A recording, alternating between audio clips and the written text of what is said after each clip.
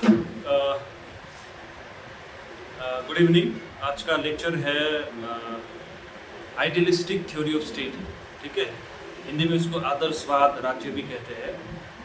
और ये आदर्शवाद राज्यों का समर्थक जो है, ठीक है, जिसने ये आइडियलिस्ट स्टेट को सपोर्ट की, वो है प्लेटो एंड एरिस्टोटल। ठीक है, वो ग्रीस के फिलोसोफर थे। और मॉडर्न टाइम्स में जॉर्ज विलियम फ्रेडरिक हेगल, इसके बाद इमैनुअल कांट, ठीक है, फिफ्टी, इन लोगों ने इसको और ग्लोरीफाई किया आइडियलिस्ट स्टेट को, अथवा हिंदी में कहते हैं आदर्शवाद राज्य। ये जो आदर्शवाद शब्द है, इंग्लिश में इसको कहते हैं आइडियलिज्म। ठीक है, आइडियलिज्म शब्द निकला है आइडियल से। आइडियल मतलब होता है परफेक्ट, परफेक्ट जिसमें कुछ खामियां ही नहीं है, रॉन्गनेस ही नहीं है, गलती नहीं हो सकता है, कि मतलब सभी एंगल से क्या है वो परफेक्ट है। ठीक है, इसीलिए आइडियल स्टेट कहते हैं। कि ये लोग कहते हैं कि स्टेट जो है, स्टेट एक पॉलिटिकल ऑर्गेनाइजेशन है, अथवा राज्य जो है क्या है, ये परफेक्ट संस्था है। ठीक है, ये लोग एक्चुअली आपको समझना चाहिए कि फर्स्ट एंड फॉरमोस्ट ये समझना चाहिए कि ये लोग कहते हैं कि स्टेट, ये लोग स्टेट को ग्लोरीफाई करते हैं। स्टेट ही सब कुछ है, स्टेट से आगे कोई संस्था ही नहीं है। जितना भी संस्था होते हैं स्टेट के अंदर होता है।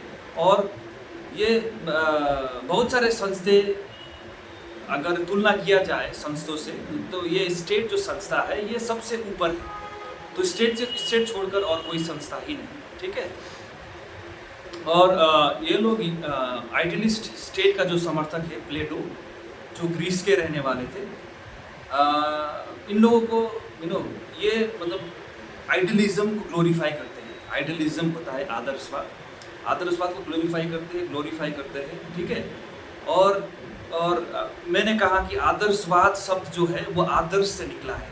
आदर्श का मतलब रिस्पेक्ट वगैरह ये नहीं है। आदर्श का मतलब होता है परफेक्ट अथवा अच्छा ही है।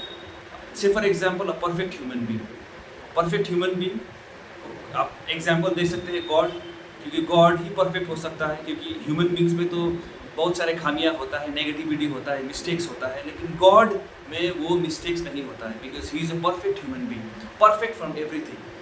समझ में आई बात? तो आदर्श शब्द यही से आता है। आदर्श का मतलब होता है, याद रखिएगा, परफेक्ट। परफेक्ट माने जिसमें कोई खामियां ही नहीं हो, जिसमें अच्छाइयों से भरा हो, राइटनेस से भरा हो, जस्टिस से भरे है,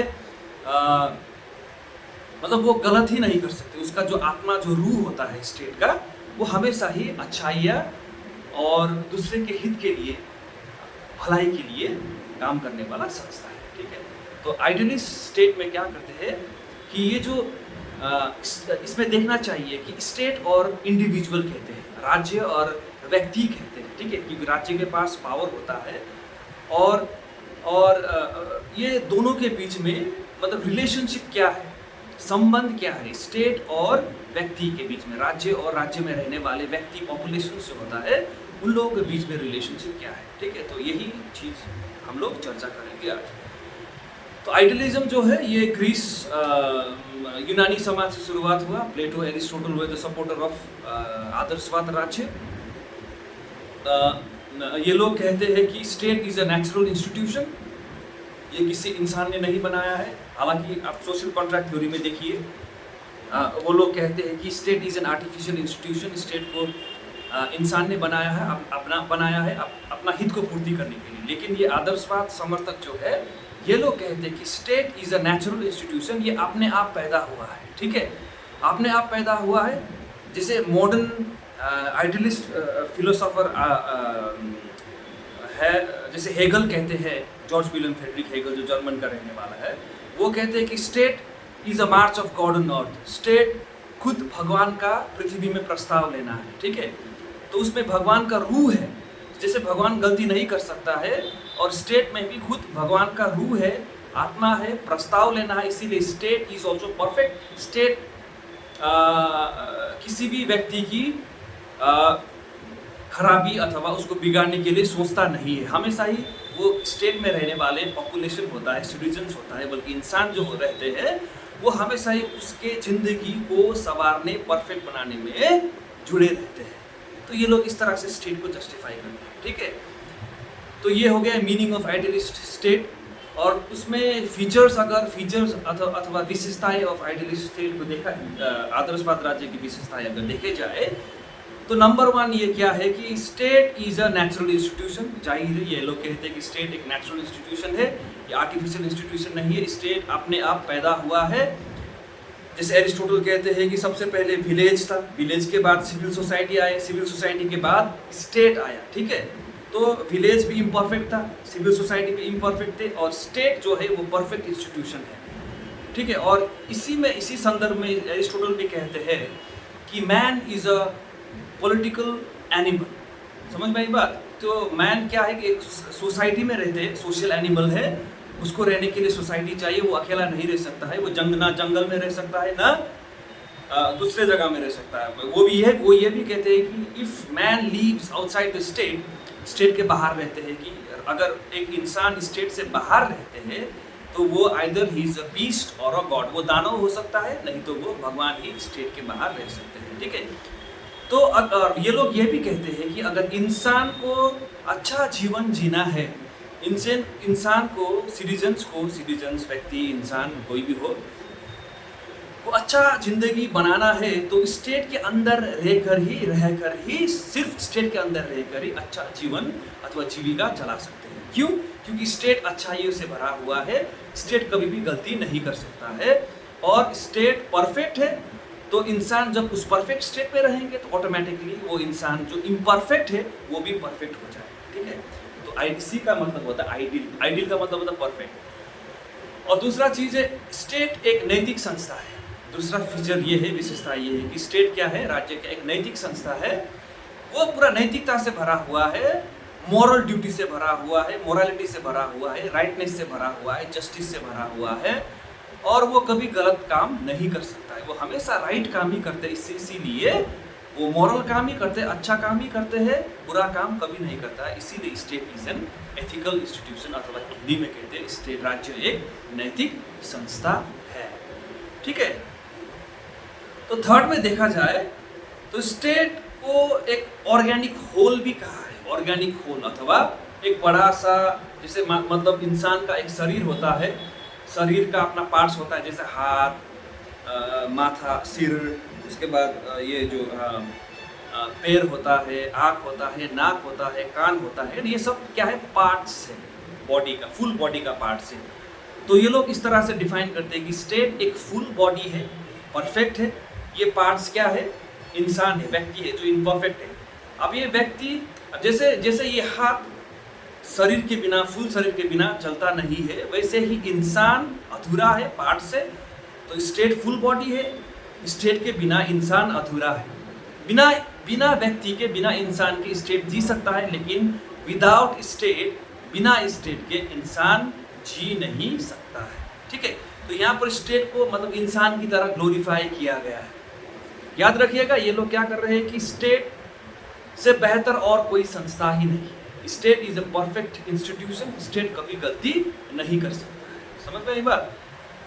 और स्टेट हमेशा ही क्या होता है, जैसे स्टेट परफेक्ट है तो इंसान को परफेक्ट बनना है, अपना इच्छाएं पूर्ति करना है, तो स्टेट में रहकर ही वो पूर्ति कर सकते हैं।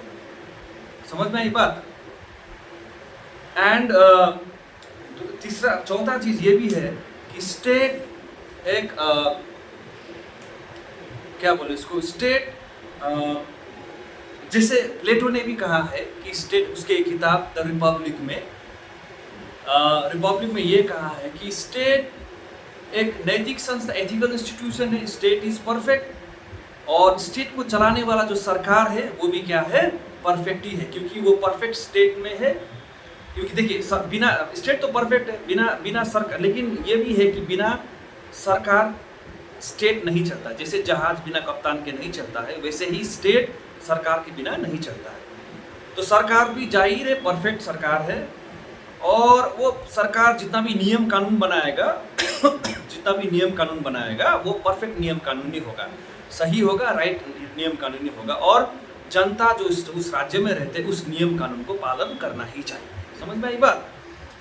ये नहीं कि जनता ये बोलेगा कि ना हम पालन नहीं करेंगे, आप जो कानून बनाए हम मानेंगे, ये कभी नहीं कहना चाहिए, क्योंकि स्टेट हमेशा ही सही होता है, सही निर्णय लेते हैं, सबके हित के लिए निर्णय लेते हैं। इसीलिए सबको वो स्टेट जो सरकार स्टेट के हित के लिए सरकार कानून बनाते हैं, तो उस सरकार को ने बनाया हुआ कानून जो होता है उसको एक्सेप्ट करना ही, मतलब वो स्टेट में रहने वाला व्यक्ति जो है, इंडिविजुअल्स जो है, व्यक्ति जो है, उन लोगों को एक्सेप्ट करना चाहिए, उस कानून को एक्सेप्ट करना चाहिए। स्टेट जो भी कहे वो मानना चाहिए। क्यों?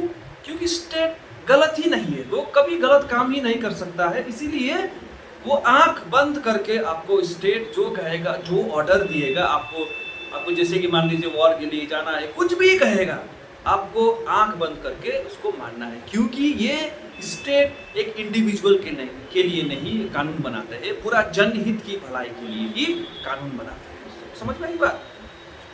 और पांचवा चीज ये भी है कि आइडियलिस्ट जो फिलोसोफर है, जैसे हेगल, एरिस्टोटल, प्लेटो, ये स्टेट और सोसाइटी को भिन्न तरीका से नहीं देखता है कि ये स्टेट अलग है, सोसाइटी अलग है। ये कहते हैं कि स्टेट और सोसाइटी एक ही है। समझ में आई बात? स्टेट और सोसाइटी में कोई फर्क नहीं है। State is also same, society means state, state means society. ठीक है? तो ये लोग आपको यही समझना है कि ये लोग स्टेट की बड़ी बड़ाई करते हैं। State is a moral institution, नैतिक संस्था है। State is a natural institution, ये प्राकृतिक संस्था है, किसी ने नहीं बनाया है, अपने आप उत्पत्ति हुई है। State is a March of God on earth. State cannot be wrong, state को भी खराब काम नहीं करता है, गलत काम नहीं करता है। स्टेट इज परफेक्ट, स्टेट क्या है? परफेक्ट संस्था है। स्टेट कभी व्यक्ति की बुराई करने वाला कानून कभी नहीं बनाएगा, क्योंकि स्टेट में क्या है? एक सोल है, परफेक्ट आत्मा है, परफेक्ट है, इसीलिए वो संस्था ही परफेक्ट है। तो जो व्यक्ति जो होता है वो इम्परफेक्ट होता है, आधा होता है। अगर उसको पूरे रूप में एक व्यक्ति बनना है, इंसान बनना है, मतलब परफेक्ट इंसान बनना है, अच्छा इंसान बनना है, नैतिक इंसान बनना है, तो स्टेट के अंदर रहकर ही वो अच्छा इंसान अथवा नैतिक मतलब इंसान बन सकता है। स्टेट से अगर बाहर निकलेंगे तो वो कभी जी नहीं पाएगा। ये लोग इस तरह से व्याख्या करते हैं स्टेट के बारे में। ठीक है? और तो स्टेट की बड़ी बड़ाई हो रही है, स्टेट ग्लोरीफाई कर रही है। और क्रिटिसिज्म अगर देखा जाए, अगर इस आइडियलिस्ट स्टेट की आलोचना की जाए, तो आलोचना यही हो सकता है कि स्टेट को यहाँ पर अधिकतम पावर दिया जा रहा है, और स्टेट के तुलना में व्यक्ति जो है उन लोगों का कोई मायना नहीं, उन लोगों का कोई सिग्निफिकेंस नहीं, उन लोगों का कोई इम्पोर्टेंस नहीं है। ठीक है? इंसान एक कठपुतली की तरह है, स्टेट जो कहेगा उसको मानना पड़ेगा, चाहे सही कानून बनाए चाहे गलत कानून बनाए। अगर सही कानून बनाए तो बढ़िया है, लेकिन जैसे मान लीजिए उस स्टेट में हिटलर की तरह अथवा नॉर्थ कोरिया की किम जोंग की तरह तानाशाह निकले और गलत कानून बनाने लगे, तो डेफिनेटली वहां पर क्या होगा? इंसानों की भलाई नहीं, कुभलाई होगी। मतलब इंसान का जिंदगी बेहाल कर देगा। समझ में आई बात? कि स्टेट को बड़ी पावर दिया गया है। यहाँ पर आइडियलिस्ट स्टेट में क्या है कि व्यक्तिगत अधिकार जो होता है ना, जैसे आप देखेंगे आप सुने होंगे भारत के संविधान में फंडामेंटल राइट्स के बारे में कहा है। फंडामेंटल राइट्स हिंदी में होता है मौलिक अधिकार के बारे में बोले। ये मौलिक अधिकार संविधान में क्यों दिया है? भारत के राज्यों में रहने वाले हर एक व्यक्ति की अधिकार की सुरक्षा करने के लिए, स्वतंत्रता की सुरक्षा करने। अगर सरकार इस स्वतंत्रता को व्यक्तिगत स्वतंत्रता को अथवा व्यक्तिगत अधिकार को छीनने लगे, से वंचित करने लगे व्यक्ति को, तभी क्या करते हैं? संविधान तो एक लिखित वो है, लेकिन वहाँ पर सुप्रीम कोर्ट वगैरह जुडिशरी जो होता है, न्यायपालिका जो होता है, वो रिमाइंड करते हैं सरकार को, देखिए आप इस तरह से गलत काम नहीं कर सकते, इस तरह से आप तानाशाही सरकार नहीं बन सकता है, क्योंकि संविधान में ऑलरेडी लिखे गए हैं कि हर एक व्यक्ति की स्वतंत्रता और अधिकार की सुरक्षा सरकार की जिम्मेवारी है। समझ में आई बात।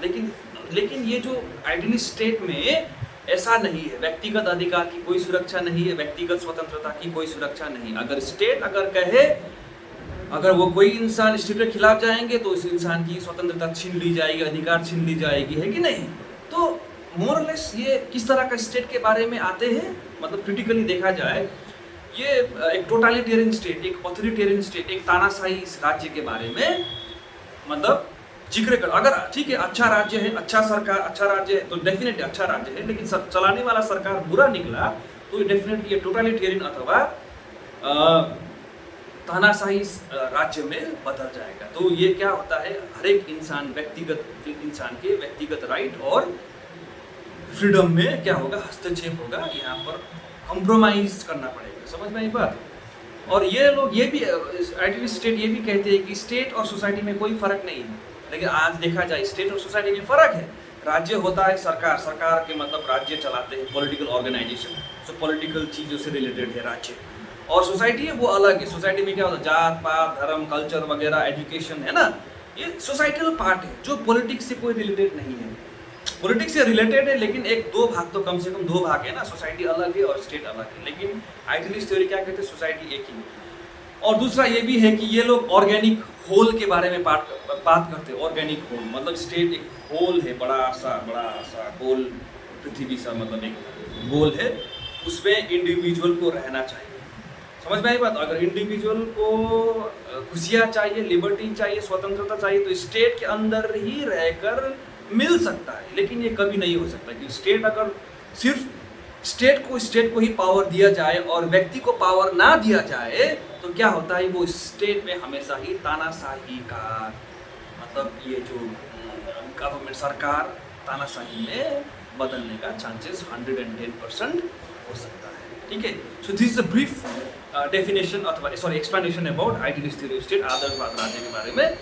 थोड़ा ये इसको समझने की कोशिश कीजिएगा, मैं नोट्स का लिंक भी भेज दूंगा। समझ में आई बात। और अगर आप ये लेक्चर को मतलब आप समझ में नहीं आया तो यूट्यूब वाला लिंक भी देख लीजिएगा, आइडियलिस्ट स्टेट टाइप कीजिए, वहाँ बहुत सारे वीडियो आएगा। ठीक है। Thank you very much for today.